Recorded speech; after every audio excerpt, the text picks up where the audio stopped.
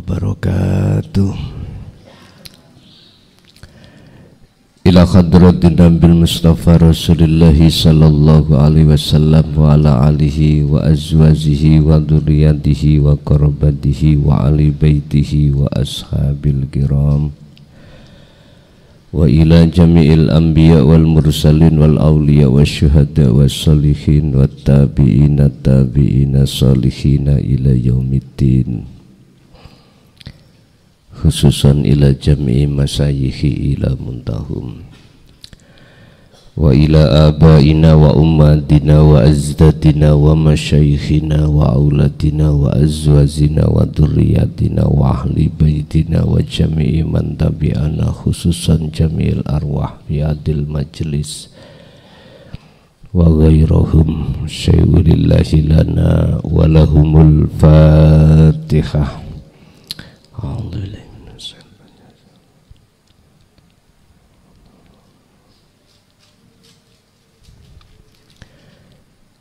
Bismillah, alhamdulillah, la khawla wa la quwwata illa billah. Asyhadu an la ilaha illallah wa asyhadu anna Muhammadan abduhu wa rasuluh. Allahumma salli wa sallim wa barik alaihi wa ala alihi wa ashabihi ajma'in, amma ba'd. Banyak orang yang melaksanakan takbir dan tahmid secara syar'i, secara lisan, secara dohir, dan juga banyak orang-orang yang melaksanakan haji dan umroh secara dohir. Dan juga banyak orang yang menyembelih kurban secara zahir. Tetapi sedikit sekali orang-orang yang melaksanakan haji dan umroh secara batin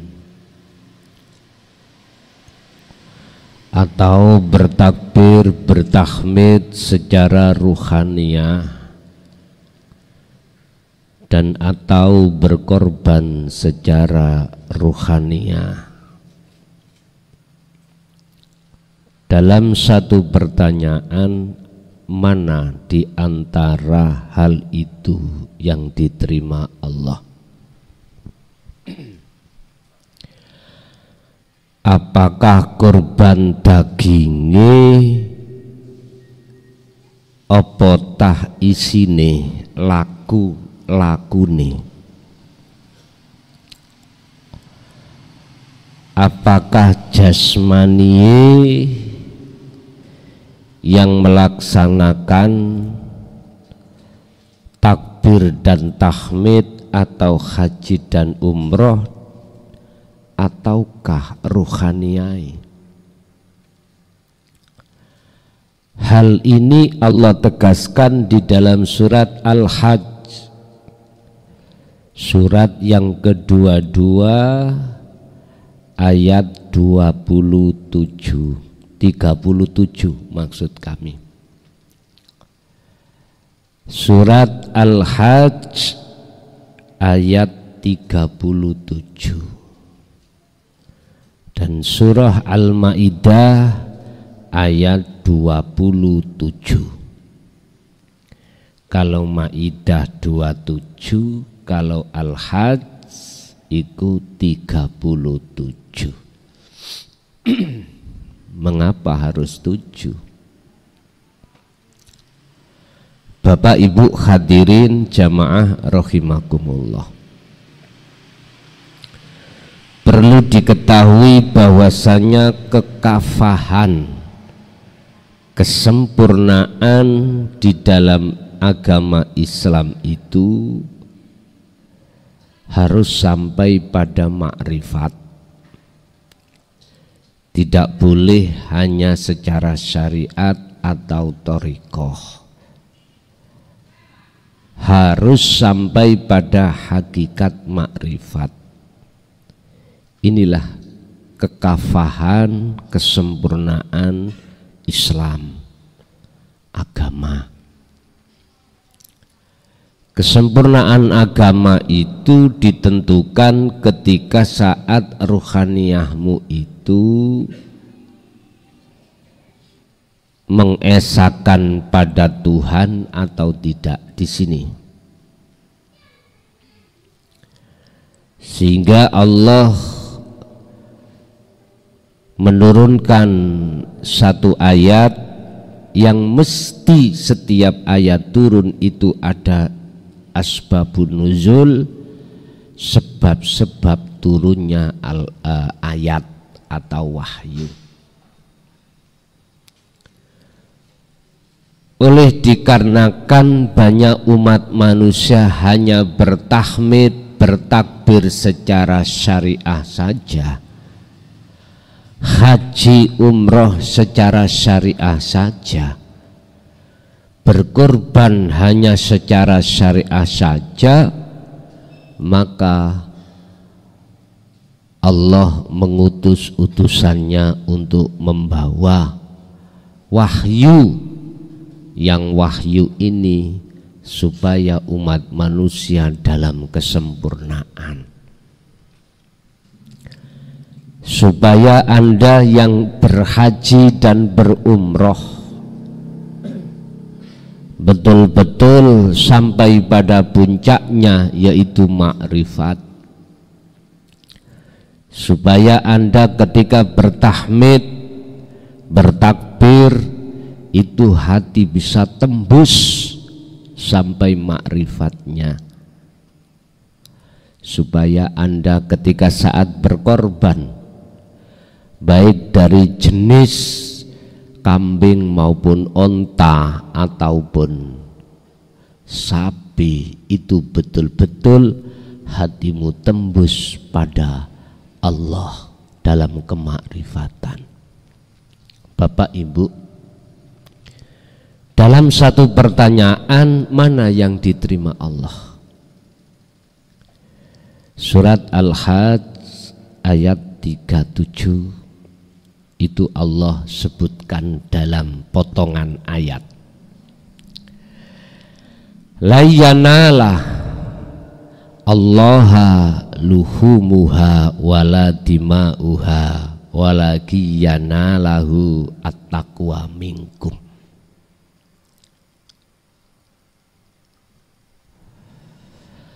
Layanala ora bakal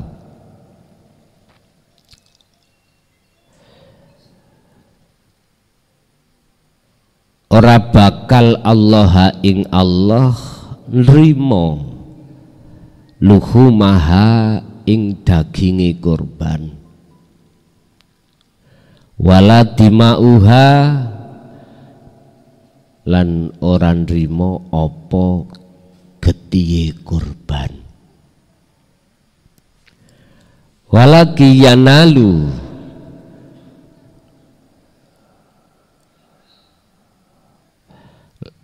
akan tetapi ini nyampe hu ing Allah apa at-taqwa, takwa.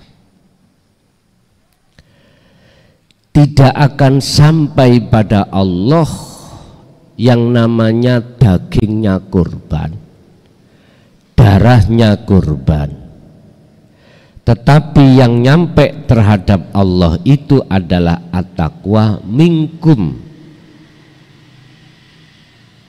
saking sira kabeh atau takwamu. Artinya gimana? Bukan fisik iku yang diterima Allah. Fisik korban berarti dagingi, ora, bukan itu. Bukan fisik jenengan iki membacanya itu tahmid, bukan. Bukan fisik haji umroh Anda tenaga itu bukan. Walaki yanaluhu at-taqwa, tetapi yang sampai pada Allah itu takwanya. Inilah Bapak Ibu, yang kumaksud takwa di sini adalah ilmu, amal, dan istiqomah. Artinya, ketika saat Anda mengeluarkan korban, bertahmid, bertakbir, haji, umroh, jikalau hatimu itu telah melepaskan rasa keakuan dirimu, maka itulah takwa yang kumaksud. Sebab ketika saat kau lepas rasa keakuan dirimu yang melakukan, otomatis kau akan muncul di dalam dirimu rasa keakuan hidup Allah dalam dirimu. Itulah Allah Subhanahu wa ta'ala.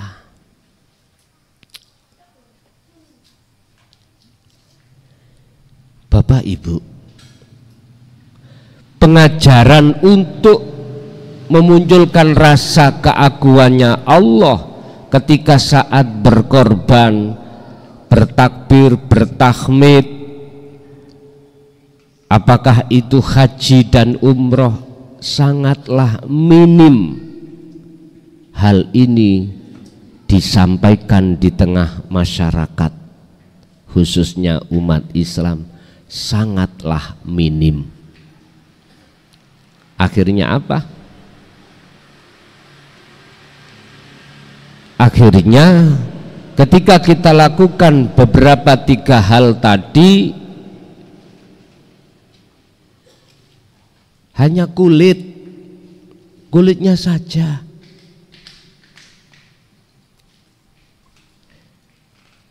tidak bisa tembus sampai pada isinya, yaitu kemakrifatan pada Allah. Dan inilah yang ditegaskan Allah di dalam surah Al-Maidah ayat 27, tidak akan pernah diterima. Karena hati kita jauh dari takwa. Kalau di mata manusia diterima, Pak. Dagingnya ya sampai tedo, sampai dahar, dinikmati fakir miskin, ya tak?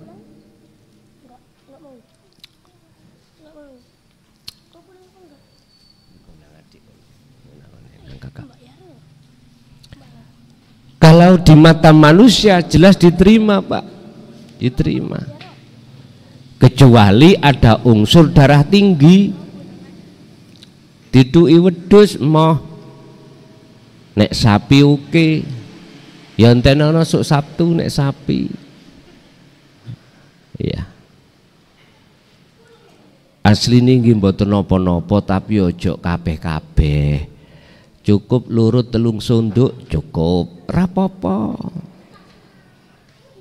Lah 20 dintekno dhewe ya mesti geblak ngerti ngono. Nah, di mata manusia diterima. Artinya di mata manusia itu dikatakan bagus, diterima. Takbir, tahmid bagus, diterima. Oh apik. Sapa iku sing takbiran? Oh apik. Sapa sing kaji umroh? Apik. Dari arah sini Bapak Ibu, boleh saya simpulkan,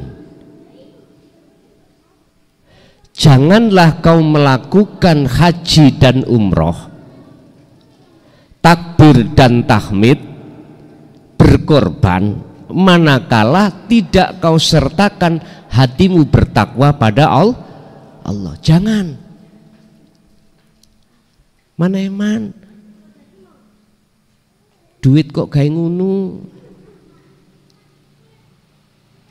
Gen sing luwih manfaat apa?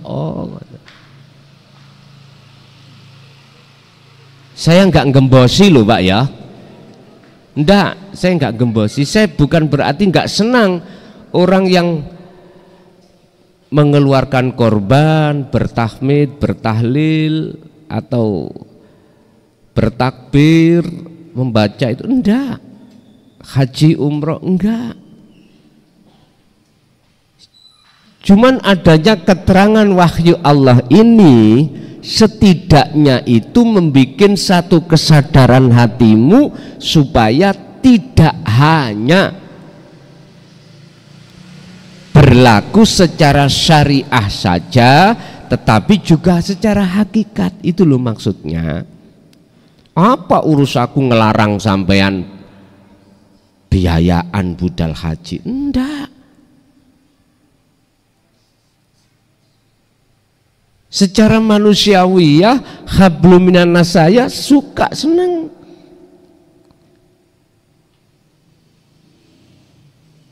Jenengan mengeluarkan korban suka, tapi biar bermutu, bertakwalah. Sebab Allah dawuh, innama yataqabbalullahu minal muttaqin. Sesungguhnya amal ibadah apapun, apakah pengorbanan tadi ya, mengeluarkan korban, bertahmid, jenengan bertahlil ataupun bertakbir, haji umroh,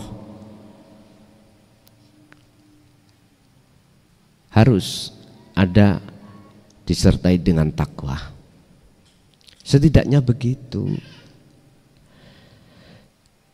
Jangan kesusu kok tolak wahyu Allah ini. Apa? Kesusu. Jangan tergesa-gesa kau tolak wahyu Allah walaupun Anda belum paham. Jangan. Simpen aja keterangan ini. Simpen aja wahyu ini dulu. Nanti ada waktunya tersendiri Anda dikasih Allah kepahaman. Jangan ditolak.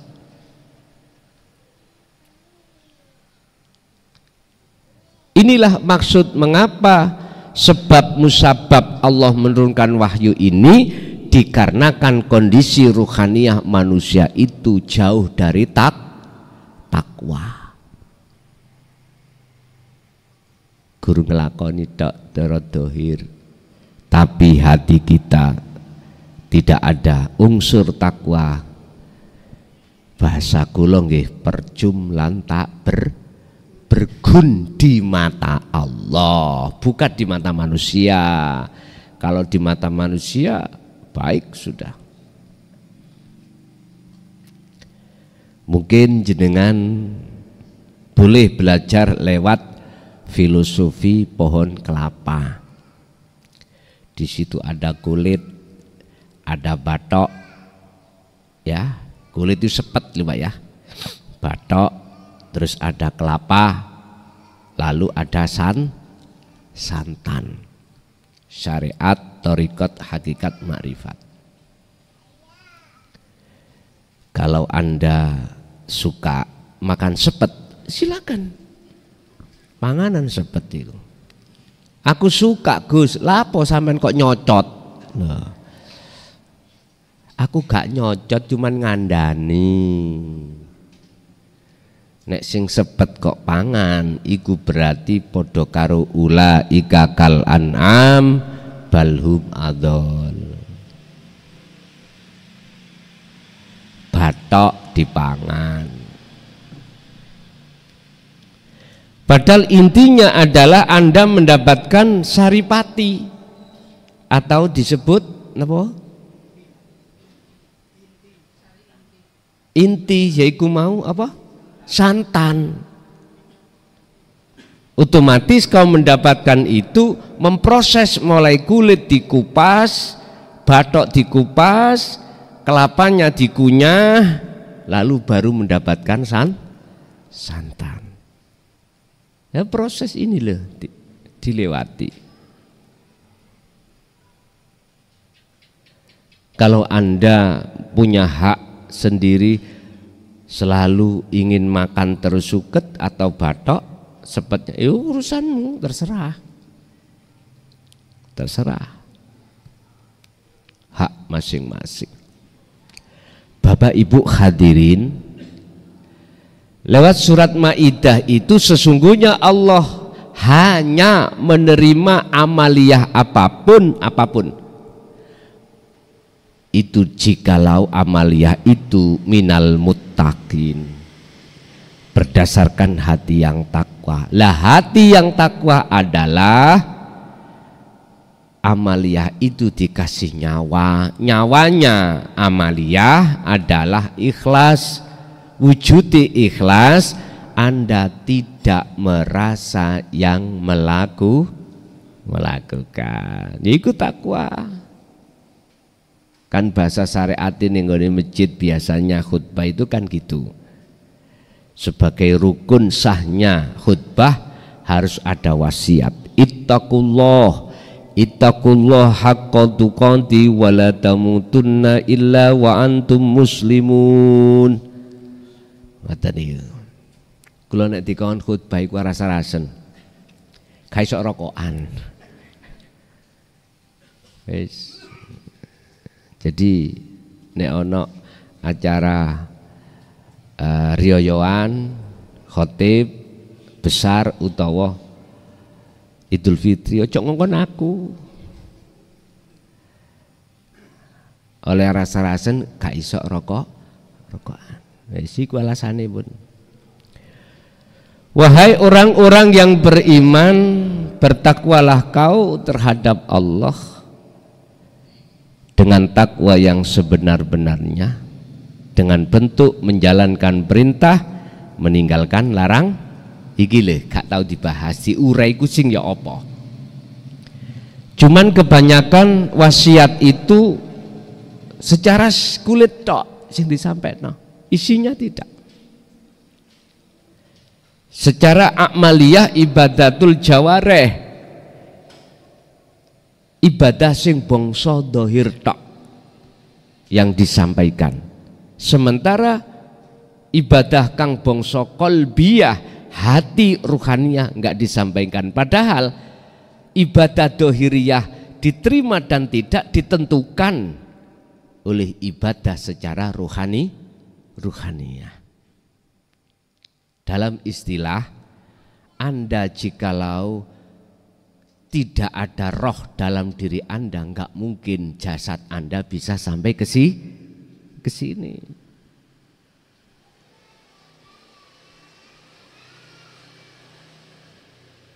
Bapak Ibu hadirin rahimakumullah. Oleh karena kondisi ruhaniyah umat manusia, khususnya umat Islam, hatinya tidak bertakwa, maka muncullah wahyu ini supaya bertakwa. Waktu makan bertakwa, minum bertakwa, apapun bertakwa. Mana sih yang dimaksud meninggalkan larangan? Meninggalkan larangan itu yakfur bitaghut, meniadakan iman selain daripada Allah dalam dirimu di dalam segi aspek apapun. Contoh iki, menisan ngaji mesisan tuntas, urusan sing gak seneng misu-misu ya karepmu. Contoh ya, kita nanti dikatakan syirik hati kita, alias tidak bertakwa.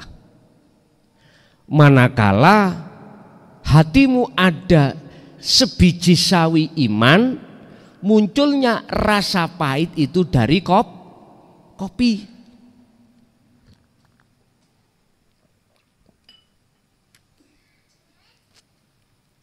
Karena kopi itu adalah mimba'dil makhluk, sebagian daripada makhluk itu. Kopi itu makhluk.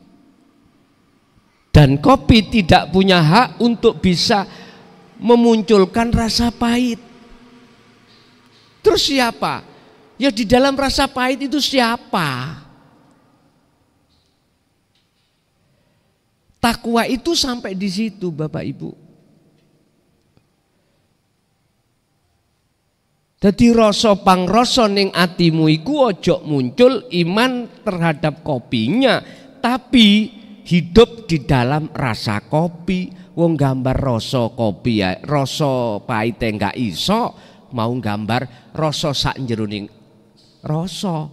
Apa maksudnya urip? Ya bingung tambahan kuwi. Makanya Quran mengatakan laisa kamislihi syai'un. Gambarane kopi kuwi apa, Pak? Gambarane rasa pahit kuwi apa? Mumet pisan. Akal kupluke mesti dideleh. Wis gak nutut.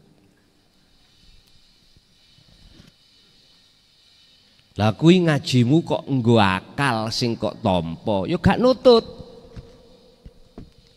Bentro ae terus.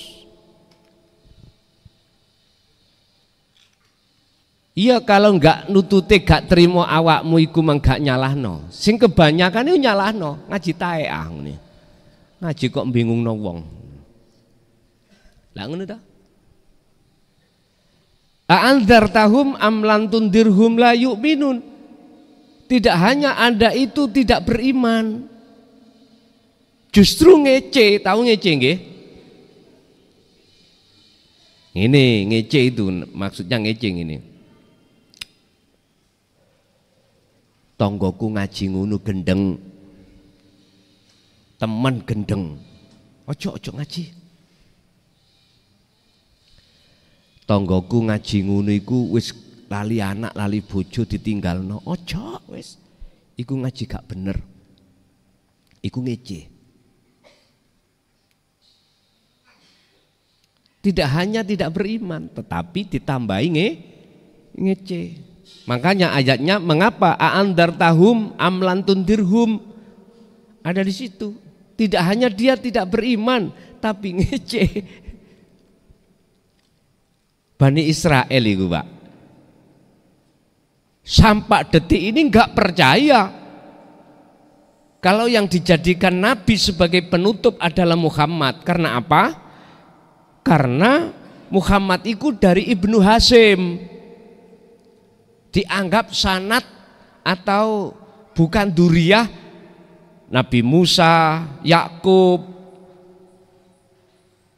tidak dari garis itu, makanya tidak diterima.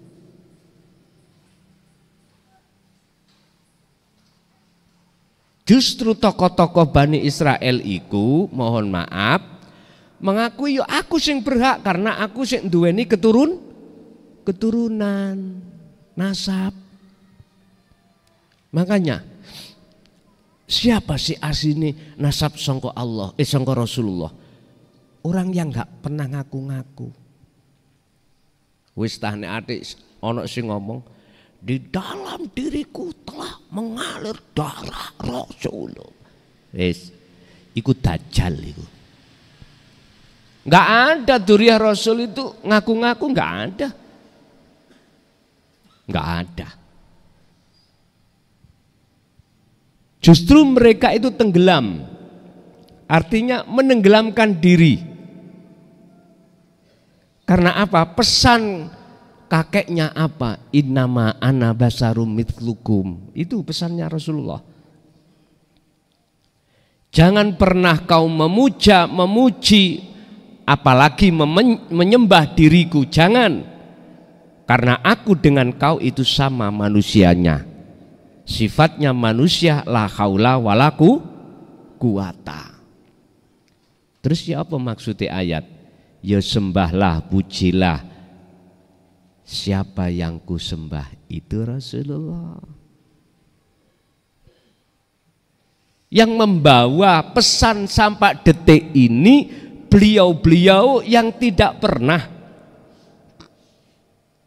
muncul pengakuan diri kalau dirinya itu duriyah atau nasabnya kanjeng Nabi. Menjobon yo gegeran nasab ya, akon-akonan duriyah, kon ngelompok nang satu forum tak pisuane kabeh. Lho iya, gak apa-apa. Mengapa umat iki kok sibukno untuk memuja dan memuji terhadap selain Allah? Mengapa kita umat Islam sibuk gegeran urusan nasab? Ajaklah hati umat ini untuk lekas wusul pada Allah sebelum hari dan waktu dan tahun yang ditetapkan oleh Allah. Kadang-kadang kula niki nggih sondok gregeten. Ngerti sondok gregeten? Makanya Rasulullah mengatakan besok itu ada di akhir zaman ada ulama usuk. Dikatakan ulama itu entah yang mengakui atau yang tidak mengakui dari nasab itu menyampaikan tentang agama, tapi yang disampaikan hanya kulitnya saja. Terus apa bedane ambek bapak nih Nabi Ibrahim? Di samping dia penyembah berhala, dia pun sebagai ahli tukang bikin berhala.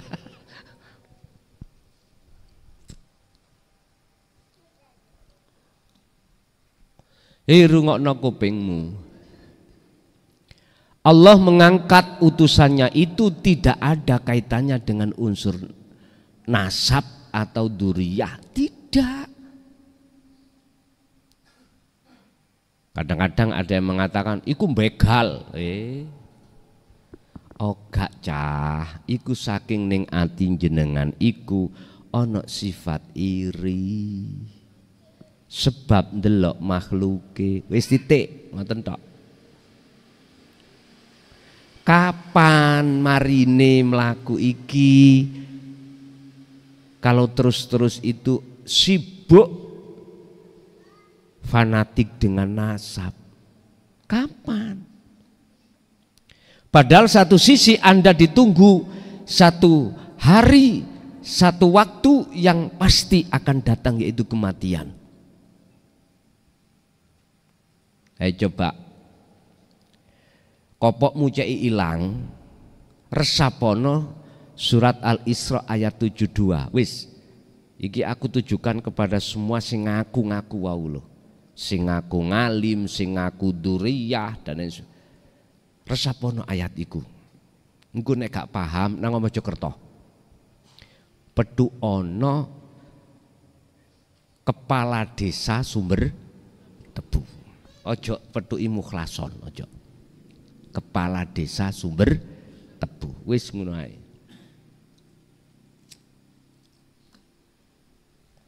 Nek wis paham gak usah. Makanya jenengan iki nek wis paham gak usah WA. Kalau sak pirang-pirang durung mari. Ya Allah.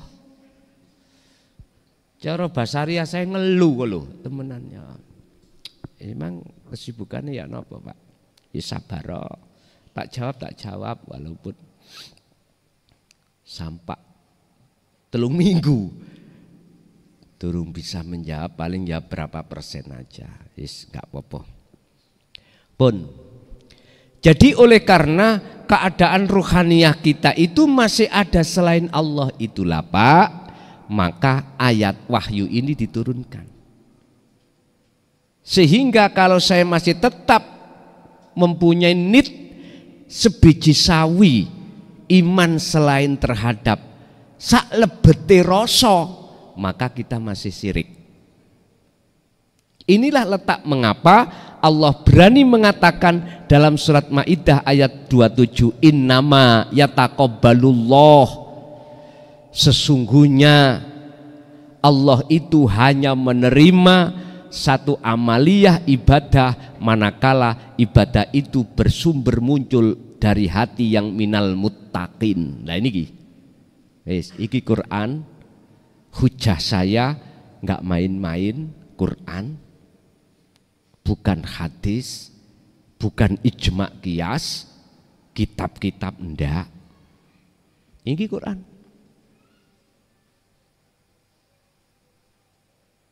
Kerenge Gus. Lu nek gak dikerengi wong awakmu wis kaya telong ngono. Hah? Yes, kadang-kadang dikerengi titik, kadang-kadang dilus lah ngoten to. Lus gak kena ya dikerengi lah titik. Pun. Saya ambil dari ijma' qiyas, dari kitab yang tersohor, terakui di seluruh dunia tentang ilmu yang bernafaskan tasawuf atau tauhid. Buka di dalam kitab Hikam pasal antara 100 kiwa tengene 100. Di situ beliau Syekh Ibnu Athaillah dawuh, setiap amaliyah apapun yang terjadi di dalam jasmani yang kita sebut sebagai ibadah, baik murni ataupun tidak murni, itu tergantung keadaan hati jenengan. Takwa apa ndak? Dalam bahasa Hikam itu beliau menyebutkan muncul mingkol bin zahidin aurohibin. Di dalam hati kita muncul condong nang Allah, sing kula maksud Allah urip sak jerone rasa, atau mingkol bin rohibin madepi terhadap makhluk. Di sini Pak. Oke, gak terima. Ikulah ijma' qiyas. Qur'ani mana? Kalau itu disebut syirik.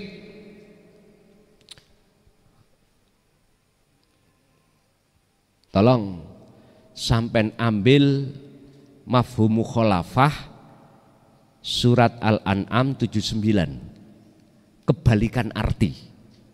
Mafhum mukhalafah itu kebalikan arti. Di situ artinya ini Pak. Jikalau hatimu condong pada wajah Allah, maka Anda melakukan apapun, Anda bukan termasuk orang yang menyekutukan Allah. Wa ma ana minal musyrikin. Yes.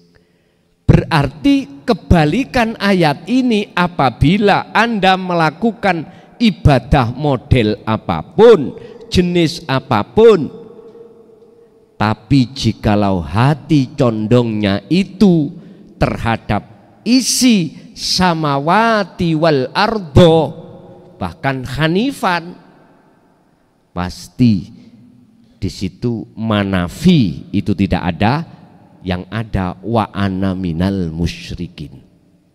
Berarti saya termasuk golongan yang menyekutukan Allah. Artinya ini Pak, umpama saya melaksanakan haji, umroh, berkorban, sholat, zakat, puasa, manakala hatiku condong pada selain Allah, berarti saya itu telah melakukan tindakan syirik pada Allah. Miturut kacamata hakikat aslinya. Jenengan terima gak terima terserah. Ingat, saya tidak mempunyai sedikit pun hati untuk menyalahkan Anda, ndak. Merusak aturan-aturan kulit, tidak. Tapi hanya satu, saya ingatkan supaya Anda itu bermutu dan berbobot nilai ibadah yang ada pada diri Anda. Ibaratnya wong sholat, biar hatimu tidak condong ingat selain Allah, supaya sesuai dengan firman Allah, wahyu Allah, bahwasanya wajib hukumnya ketika jenengan sholat hati dalam keadaan khusyuk. Hafidu ala sholawah wassolatil wusta wakumu lillahi qanitin ay khashiin. Pun jelas Pak Bu nggih? Yes. Pun ngoten mawon. Jadi kesimpulannya, yang diterima oleh Allah itu bukan kulite, bukan daginge. Nek daginge kulite di mata manusia diterima, tapi Allah hanya menerima takwanya. Lah takwa itu tandane kalau dalam hatimu sudah tidak merasa kalau dirimu yang melakukan. Terus siapa? Ya hidup dalam dirimu. Siapa? Itulah wujudnya Allah Subhanahu wa ta'ala. Sebab Allah sampun dawuh, Muhammad, jikalau hambaku bertanya tentang diriku, maka katakanlah bahwasanya aku itu dekat, bahkan lebih dekat dari urat nadi. Oke, ada yang bertanya? Kami persilakan.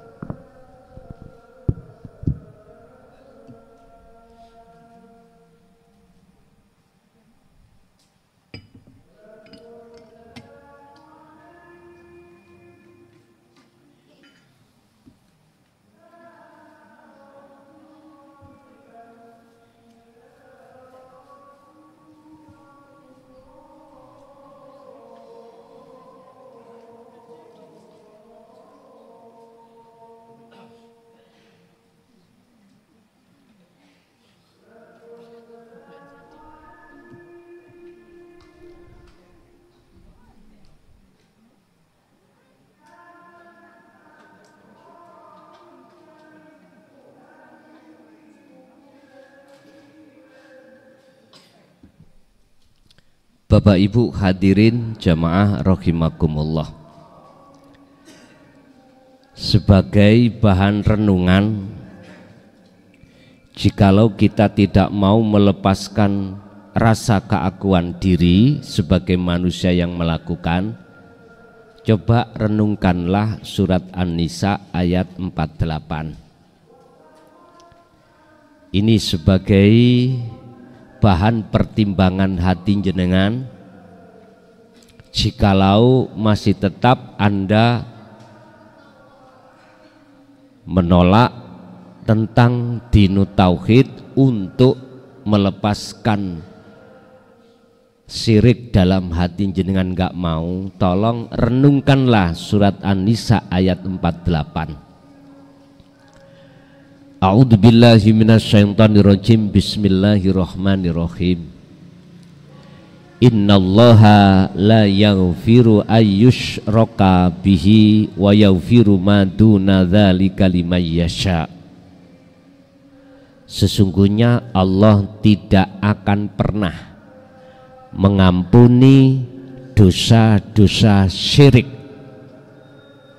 Ingat, Allah tidak akan mengampuni dosa syirik sekecil apapun. Dosa di mana dalam hati jenengan ada pengakuan, ada rasa selain Allah itu punya ini, punya itu, bisa ini, bisa itu, dan lain sebagainya. Tetapi Allah akan mengampuni dosa-dosa selain daripada syirik,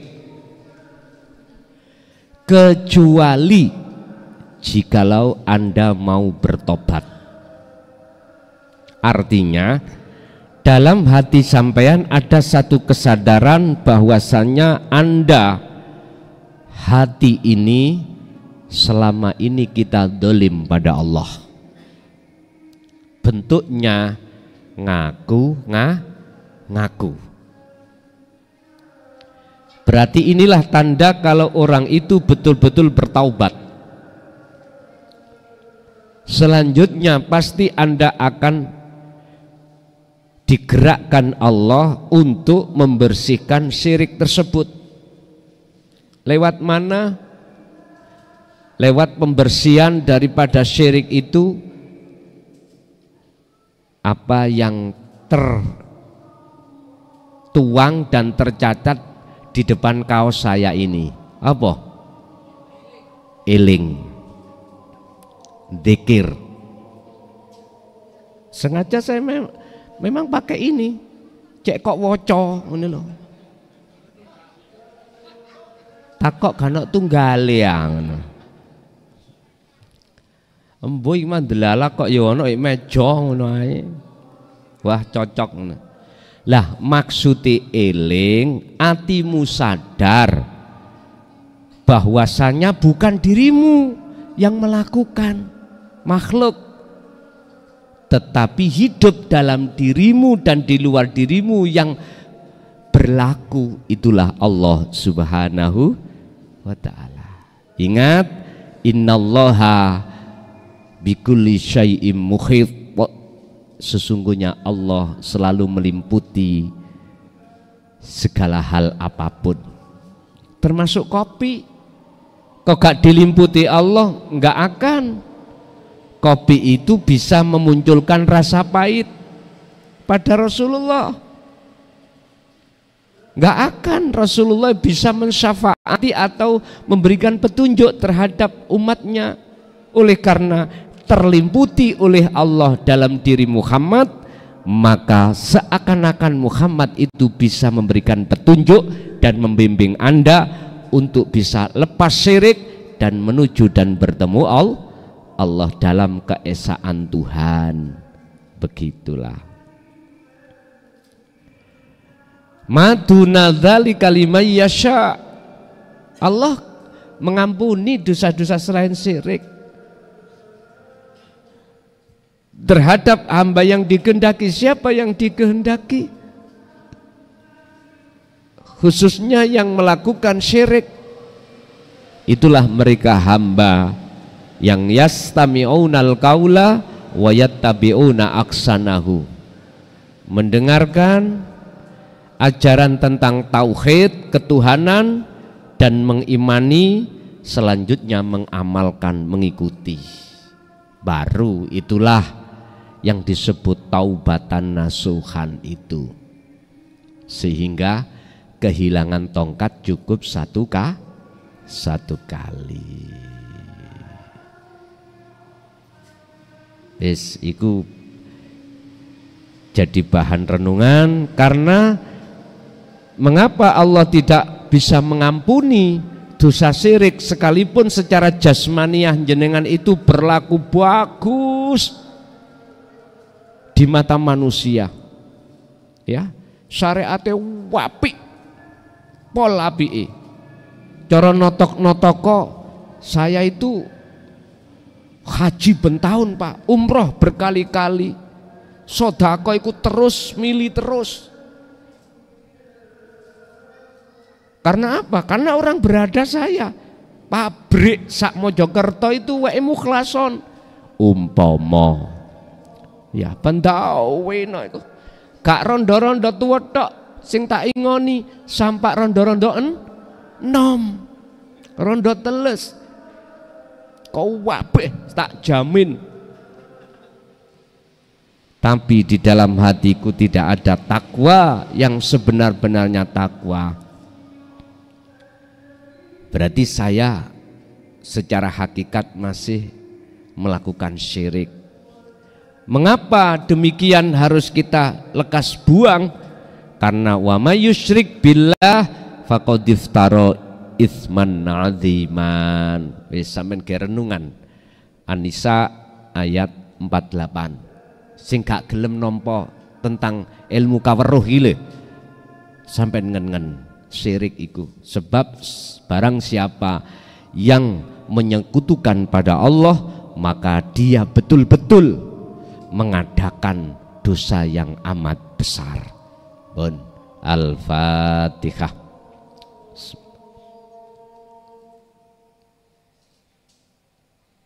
Akhirul kalam. Assalamualaikum warahmatullahi wabarakatuh.